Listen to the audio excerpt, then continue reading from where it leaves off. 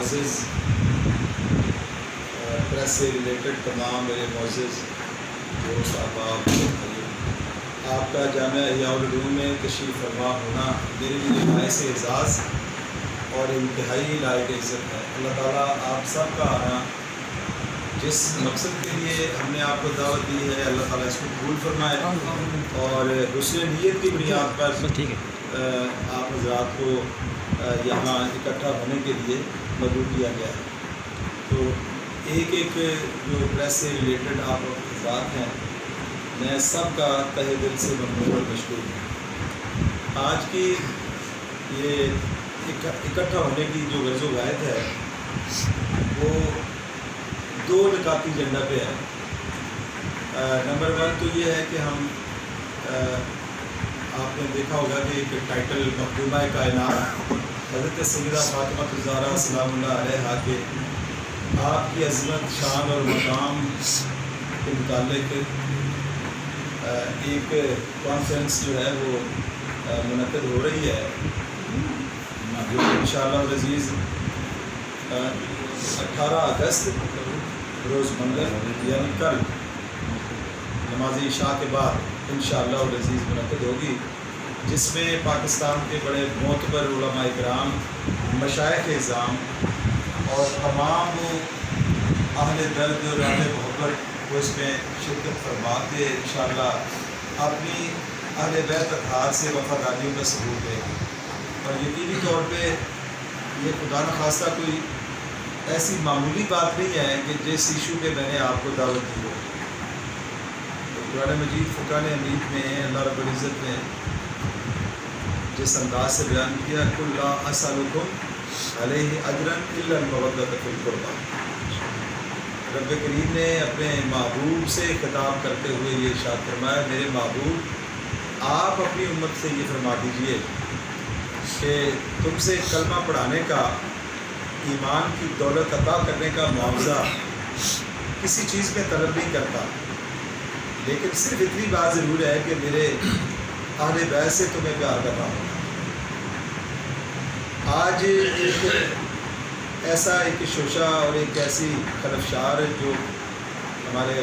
بلکہ پاکستان تو نہیں کہنا چاہیے، اب پوری دنیا میں جنت رضی اللہ تعالیٰ عنہ جو میرے نبی پاک صلی اللہ علیہ وسلم کے جگر کا ٹکڑا ہے، ان کے متعلق گستاخی کا ارتکاب کیا، پھر اس کے بعد اس پہ ڈٹائی کا مظاہرہ کیا، اور پھر اس کے بعد علماء حق کے سمجھانے خاصہ اگر ہم اسی بات کی طرف لگے رہیں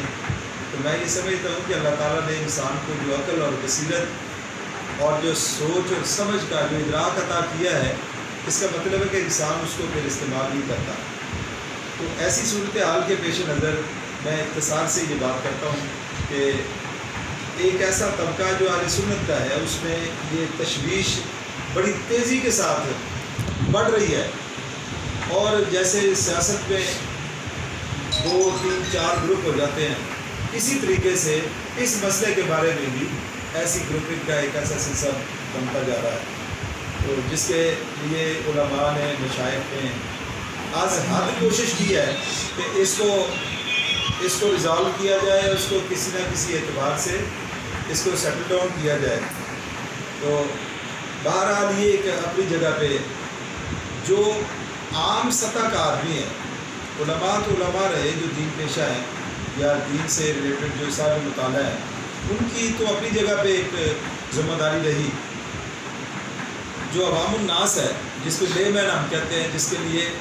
ہر چیز کو سمجھنے اور پرکھنے کے لیے اس کے سامنے علماء کا ایک بہت بڑا سہارا ہوتا ہے، جو علماء کے پیچھے علماء کے خطابات سنتے ہیں اور ان سے درس و تدریس کے بعد وہ اپنے زاویہ ایمان کو جو ہے وہ سیٹ کرتے ہیں۔ تو اب ان لوگوں کے لیے بھی بعض ایسے ہیں کہ جن کو صرف ایک ہی بات جو کثرت سے سنی جا رہی ہے کہ شاید علماء جو ہیں یہ آپس میں یہ پھٹ گئے ہیں، اور علماء آپس میں اتنا دور جا چکے ہیں، علماء اتنا اس حد تک وہ نکل گئے ہیں کہ شاید اب ان کا پتہ نہیں کیا ہوگا۔ تو یہ ہر دور میں کوئی نہ کوئی علمی اختلاف رہا ہے امت مسلمہ میں، اور نبی اکرم صلی اللہ علیہ وسلم کی امت کے جو ذمہ داران ہیں اور جو علماء تھے، صلحاء تھے، مشائخ تھے یا مفسرین محدثین تھے، انہوں نے ہر دور میں اپنا رول ادا کیا۔ ابھی بھی الحمدللہ میں یہ سمجھتا ہوں کہ جو چنیدہ علماء ہیں جن پر لوگ بھروسہ کرتے ہیں کہ یہ اللہ کے فضل و کرم سے یہ وہ بات کہیں گے کہ جس میں خدا نخواستہ کوئی کمی کوتاہی یا لغزش نہیں ہوگی، وہ اپنے طور پہ اپنی ذمہ داریاں ادا کر رہے ہیں۔ تو انہی حالات میں جو سیدہ مخدومہ کائنات حضرت سیدہ بی بی خاتون جنت فاطمہ الزہرا سلام اللہ علیہا، آپ کی عظمت، مقام اور شان کو سمجھنے کے لیے یہ ضروری ہے کہ اس کے آپ کے مطلب اس ایشو کو اجاگر کیا جائے، آپ کی عظمت کے ایشو کو، خدا نخواستہ اختلاف کے ایشو کو نہیں، میں اختلاف کی بات نہیں کرتا۔ تو یہ صرف اور صرف آپ اسپیسیفکلی آپ کی عظمت، شان اور مقام کے متعلق کہ یہ وہ ہستی ہیں جن کے متعلق اللہ تعالیٰ کی جو فضل و کرم اور عنایات ہے، اور نبی اکرم صلی اللہ علیہ وسلم کی زبان مقدس سے جو آپ کے فرمودات عالیہ ہیں، ان سب کے پیش نظر ہماری یہ ذمہ داری بنتی ہے کہ ہم خدا نخواستہ کوئی ایسی کوتاہی نہ کر بیٹھیں کہ کل قیامت کے دن ہم نبی اکرم صلی اللہ علیہ وسلم کی بارگاہ میں منہ دکھانے کے قابل نہ رہیں، کہ جن کے متعلق کل قیامت کے دن یہ اعلان ہوگا جب سیدہ مخدومہ کائنات سیدہ خاتون جنت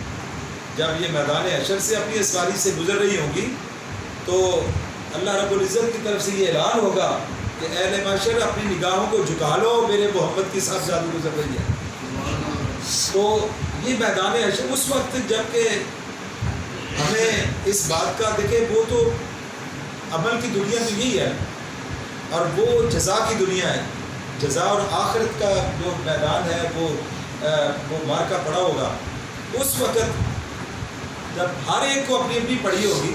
تو ایسے حالات میں اللہ رب العزت اگر اپنے محبوب کی صاحبزادی کو اتنی شان سے نواز رہا ہے اور ہمیں یہ حکم مل رہا ہے کہ دیکھو میدان حشر میں ان کا یہ عالم، یہ مقام ہوگا، تو آپ دنیا میں کہیں ایسی جسارت نہ کر بیٹھنا کہ جس سے خدا نخواستہ نبی پاک صلی اللہ علیہ وسلم کی دل آزاری ہو، کیونکہ سرکار مدینہ صلی اللہ علیہ وسلم نے ارشاد فرمایا بُضعۃ منی فاطمہ، تو دنیا والوں فاطمہ میرے جگر کا ٹکڑا ہے، اور جو حکم کل کا ہوتا ہے نا وہی جز کا ہوتا ہے، جو حکم کل کا ہوتا ہے۔ مثال کے طور پہ اس کی مثال یوں سمجھے کہ جو پورے قرآن پاک کی عظمت کا حکم ہے وہی قرآن پاک کی ایک آیت کا حکم ہے، یعنی کوئی بندہ اگر خدا نخواستہ قرآن پاک کی کسی آیت کی توہین کرتا ہے تو وہ پورے قرآن مجید کی توہین کرتا ہے۔ تو جس کو نبی اکرم صلی اللہ علیہ وسلم نے اپنے جگر کا ٹکڑا کہا ہو، اور پھر آپ نے یہ بھی ارشاد فرمایا کہ فاطمہ کو جو خوش کرنے والا ہے وہ مجھ محمد کو خوش کرتا ہے، جو مجھ محمد کو خوش کرتا ہے وہ اللہ کو خوش کرتا ہے۔ تو اسی طرح جو فاطمہ کو تکلیف دیتا ہے وہ مجھے تکلیف دیتا ہے، جو مجھے تکلیف پہنچاتا ہے وہ اللہ کو تکلیف دیتا ہے۔ تو یہ ساری معاملات جو ہیں یہ سامنے رکھتے ہوئے ہم اعتقادی اعتبار سے، ہم ایمانیات کی بنیاد پر اللہ رب العزت نے ہمیں ایسا عقیدہ، ایسا نظریہ، ایسی سوچ عطا کی ہے کہ ہم کسی بھی وقت نبی پاک صلی اللہ علیہ وسلم کی ذات اقدس اور آپ کی اہل بیت کے متعلق ایک ذرہ سا بھی کوئی ایسا لفظ نہ سن سکتے ہیں، کہنا تو بڑی دور کی بات ہے، اور نہ کبھی اپنے دماغ میں کوئی ایسا شائبہ لا سکتے ہیں کہ جس سے خدا نخواستہ کوئی گستاخی کا ارتکاب ہو۔ تو ایسی صورتحال میں عام جو سطح کے جو مسلمان ہیں، جو علمی اعتبار سے اتنے مضبوط نہیں ہیں، جو علماء نے کہہ دیا یا مولانا صاحب نے کہہ دیا، کسی کے پیچھے اگر جمعہ پڑھ لیا تو جو کہہ دیا تو بس پھر وہ کہتے ہیں کہ آخر یہ بھی تو مولوی ہے نا، اس سے بھی تو قرآن سے پڑھا ہوگا، حدیث سے پڑھا ہوگا۔ تو یہ ساری چیزیں یہ کدھر لے کے جاتی ہیں؟ یہ گمراہی کی طرف، اور بالآخر بندہ ایمان سے معروم ہو جاتا ہے۔ تو ایسی صورتحال میں ہم نے یہ عظمت مخدومہ کائنات کانفرنس اس کا انعقاد کیا ہے کہ جس میں کسی کی مخالفت نہیں، بلکہ ہمارے پیش نظر صرف اور صرف اہل بیت کی عظمت اور اسپیسیفکلی حضرت سیدہ خاتون جنت سیدہ فاطمہ الزہرا سلام اللہ علیہا کی عزت و شان اور آپ کی ناموس مقصود ہے۔ تو اس حوالے سے میں نے آپ حضرات کو دعوت دی ہے، تو آپ الحمدللہ میں یہ سمجھتا ہوں کہ بحیثیت مسلمان جو میرے جذبات ہیں وہی آپ کے جذبات ہیں، جو میرے دماغ کے اندر ان پاکیزہ ہستیوں کے متعلق جو احساسات ہیں اور جو میری ایمانی کیفیات ہیں یقینی طور پہ وہی آپ کے لیے ہیں۔ تو میں یہ سمجھا کہ جہاں ہم عبادت میں اس کو عبادت سمجھتے ہوئے اس پروگرام کو انعقاد کرنے جا رہے ہیں، منعقد کرنے جا رہے ہیں، تو آپ بھی الحمدللہ جہاں علماء مائک پہ مساجد میں یا کانفرنسز میں جلسوں میں اور دوسرے جو ایونٹ ہوتے ہیں اس میں اپنے جذبات کا اظہار کرتے ہیں اور لوگوں تک آگاہی کا ایک ماحول پیدا کرتے ہیں، یقینی طور پہ آپ کی ذمہ داری پرنٹ میڈیا کی اور الیکٹرانک میڈیا کی یہ صف اول کی ذمہ داری ہے اس دور میں۔ آپ کو پتہ ہے کہ سوشل میڈیا پہ ایک چھوٹی سی بھی کوئی ایسی دنیا کے کسی بھی معدوم کونے سے بھی اگر کوئی بات نکلتی ہے تو ایک لحظے سے وہ پوری دنیا میں، جیسے ایک دنیا ظاہری بات اب گلوبل ولیج ہے، تو شاید ہمیں پتہ نہ چلے لیکن بڑے بڑے وہ لوگ جو اس میڈیا سے ریلیٹڈ ہیں ان کو پتہ چلتا ہے، پھر آگے ایک رائے عامہ ہموار ہوتی ہے۔ میں آپ سے یہ گزارش کرنے کے لیے آپ حضرات کی خدمت میں نے عرض کی تھی کہ آپ بھی اپنا ایمانی فریضہ ادا کریں۔ ہم ایک تو اس کانفرنس کو کامیابی کے ساتھ ہم نبھانے کی کوشش کریں، اور دوسری بات یہ ہے کہ اس میں جو آپ کی کلمہ کرتاز سے جو یہ فریضہ ادا ہوگا یقینی طور پہ یہ اللہ اور اس کے رسول کے فرمودات کے بالکل عین مطابق ہوگا انشاءاللہ العزیز۔ اور اس میں سمجھتا ہوں کہ آپ میرے ہم سے جو ہے نا وہ پیچھے نہیں رہیں گے، یعنی کبھی بھی آپ دیکھتے ہیں آپ الحمدللہ جذبے والے ہیں اور صحیح معنوں میں آپ مسلمان ہیں۔ اللہ تعالیٰ ہمیں اسی جذبے سے اس دنیا میں بھی ایک دوسرے کے ساتھ قائم و دائم رکھے اور ہمارا حشر بھی ان پاکیزہ ہستیوں کے ساتھ ہم سب کا اکٹھا فرما دے تاکہ کل قیامت کے دن حضور کی بارگاہ میں سب ہو سکے۔ تو یہ تو ایک موضوع تھا جس کے متعلق میں نے عرض کر دیا۔ دوسری بات آپ کو علم ہے کہ جس طرح عالم اسلام میں ایک بہت بڑا ایسا دل آزار قسم کا معاملہ جو ہے نا وہ واضح وجود میں آیا ہے، اور میں یہ سمجھتا ہوں کہ آج تک ہم یہ سوچتے رہے کہ خدا نخواستہ ہم بڑوں سے سنتے تھے مسجد اقصیٰ پہ جو فلسطین پہ قبضہ ہوا ہے یہودیوں کا، اور جو مسلمانوں کی مقدس مقام ہے، اور جس بیت المقدس شریف جس کے ارد گرد اللہ رب العزت کے 70,000 انبیاء آرام فرما ہیں، اور جو حق سے حق لے کر آئے اور حق کا ہی پرچار کرتے رہے اور حق کی ہی تبلیغ کرتے رہے، تو مسلمانان عالم کا ہمیشہ سے یہ جذبہ رہا کہ جن لوگوں نے اس ایشو کو مسلمانوں کے خلاف، مسلمانوں کی جو ان کی ایمانی زندگی ہے اس کا گھیرا تنگ کرنے کے لیے وہ جتنی کوشش کرتے رہے، یہود و نصارہ مل کے کرتے رہے، وہ آج تک ہم بھگتتے رہے، اور آج بڑے افسوسناک قسم کا یہ موقع ہے کہ جن کو ہم مسلمان کہتے ہیں اور پھر اس کے ساتھ ساتھ حرمین شریفین کا خدمت گزار سمجھتے ہیں، اور ابھی یہ کل کی بات ہے کہ یہ یونائٹڈ عرب امارات جو ہے متحدہ عرب امارات کے اب یہ کیسے مسلمان ہیں جن کی عزت تقریب صرف اس بنیاد پہ ہے کہ ان کی زبان عربی ہے، یہ عربی ہیں، تو حضور علیہ الصلوۃ والسلام کا ارشاد گرامی ہے نا تحب العربی لأن انا عربی و کلام اللہ عربی و کلام اہل الجنت عربی۔ آپ فرماتے ہیں عربیوں سے پیار کرو اس لیے کہ میں بھی عربی ہوں، اور پھر فرمایا کہ اس لیے پیار کرو کہ اللہ کا کلام عربی میں ہے، اور پھر اس کے بعد فرمایا تیسری بات یہ اسے پیار اس لیے کرو کہ یہ وہ زبان بولتے ہیں جو جنتیوں کی زبان بکلام و اہل الجنت عربی ہے۔ تو اب دیکھیں ہماری وہ جیسے بھی ہوں، بندے کے اخلاقی جو ان کی بستیاں ہیں وہ اپنی جگہ پہ، ہم اس کو گروانا نہیں چاہتے، لیکن جہاں بندے کی جو ہے نا اپنی استعداد جہاں کام کرنا چھوڑ جائے وہاں میں سمجھتا ہوں کہ ہمیں چپ رہنا مناسب نہیں ہے۔ اب متحدہ عرب امارات اور سعودی عرب نے باقاعدہ طور پہ اسرائیل کو قبول کر دیا تو اس پہ سوائے اس کے کہ ہم انا للہ و انا الیہ راجعون کہنے کے اور کچھ نہیں کہہ سکتے. اور یہ باقی ذمہ داری بنتی ہے یہ اقوام عالم کی اور خاص طور پہ مسلم امہ کی کہ وہ اس کو اس انداز سے ہینڈل کریں, سیٹل کریں کہ جس طرح یونائٹڈ نیشنز کی قراردادیں باقاعدہ طور پہ آن دی ریکارڈ موجود ہے اور اس میں کوئی شک شبے کی گنجائش نہیں ہے, تو ہم نے ان سب کو نظر انداز کر دیا. میں سمجھتا ہوں یہ مسئلہ جو ہے آپ حضرات اس کو اجاگر کریں, آپ اس کو ہائی لائٹ کریں. مسلمان جہاں بھی ہو, دنیا کے کسی کونے میں ہو, ہماری ان کے ساتھ ایمانی رشتہ داری ہے جو کبھی بھی نہیں ٹوٹ سکتی. المسلم و اخو المسلم. اور پھر دوسری بات یہ ہے کدھر گئے وہ اسلاف ہمارے کہ جنہوں نے ہمیں اس بات کی ذہنی طور پہ تیار کیا تھا کہ خبردار اپنے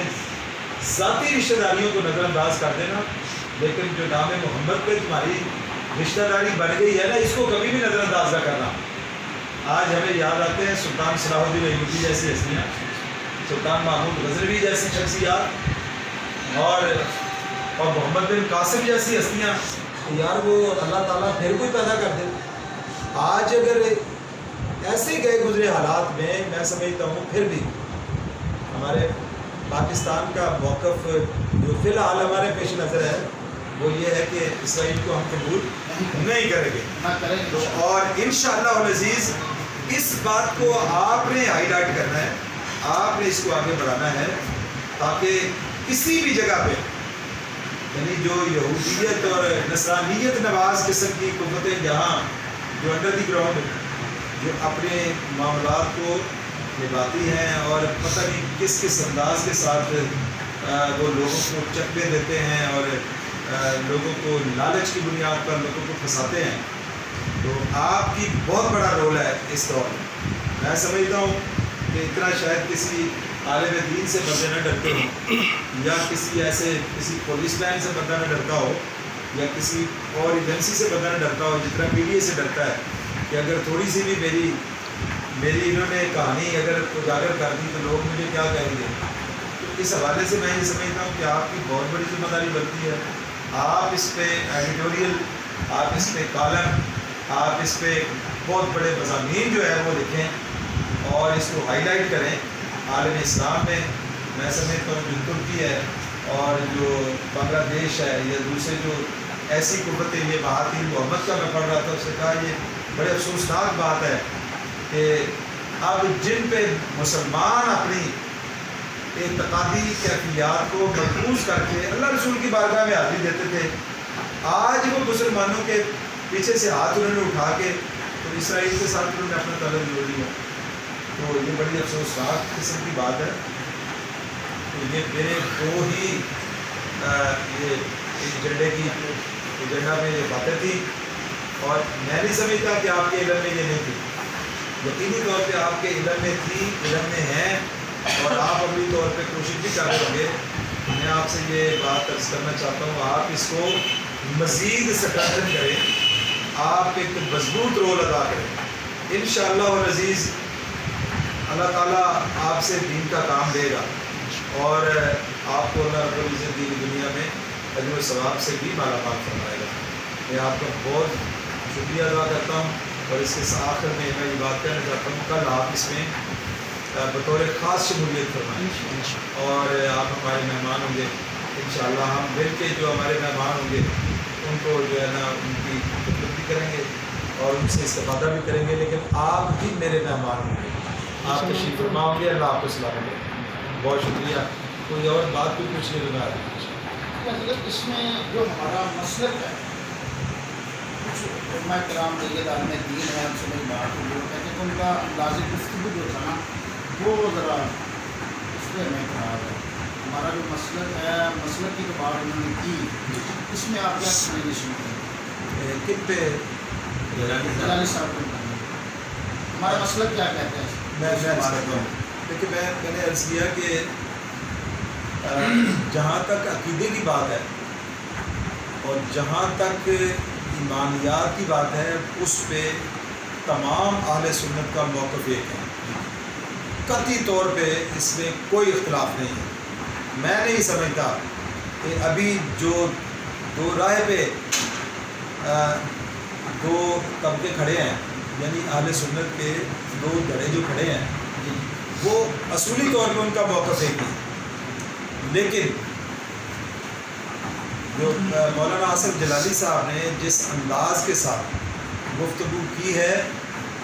وہ توہین سیدہ فاطمہ الزہرا کے زمرے میں آتی ہے، اور ان کے الفاظ جو ہیں وہ انتہائی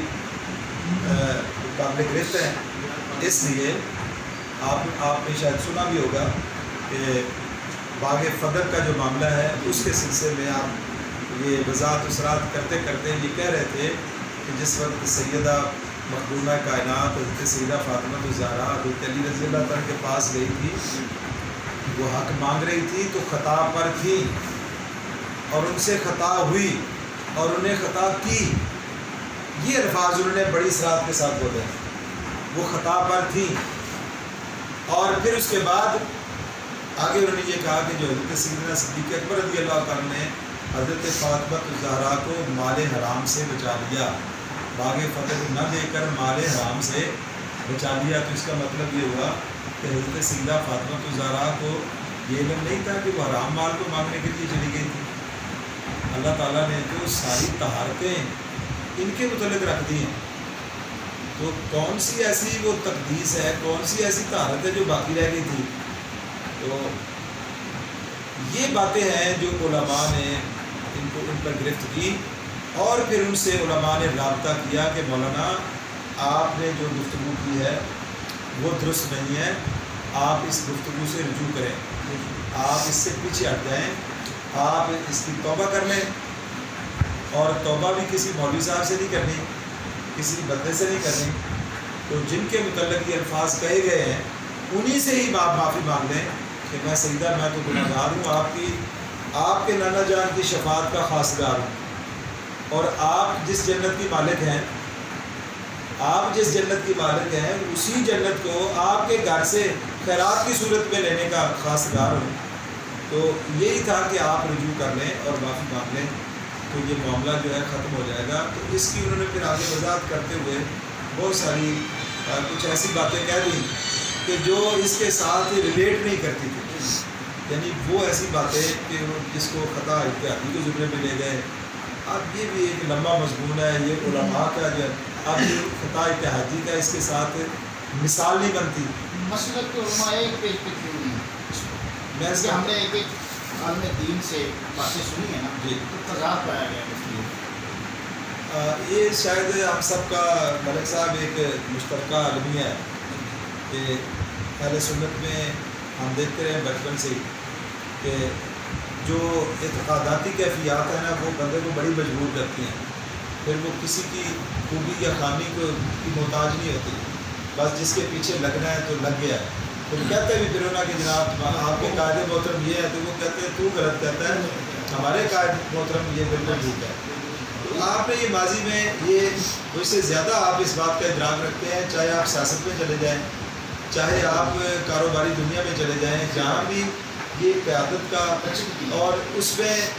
جہاں لچک نہیں ہوگی نا سر، یہ آپ جو سرو کا بوٹا نہیں ہوتا، آپ اس کو دیکھ لیں،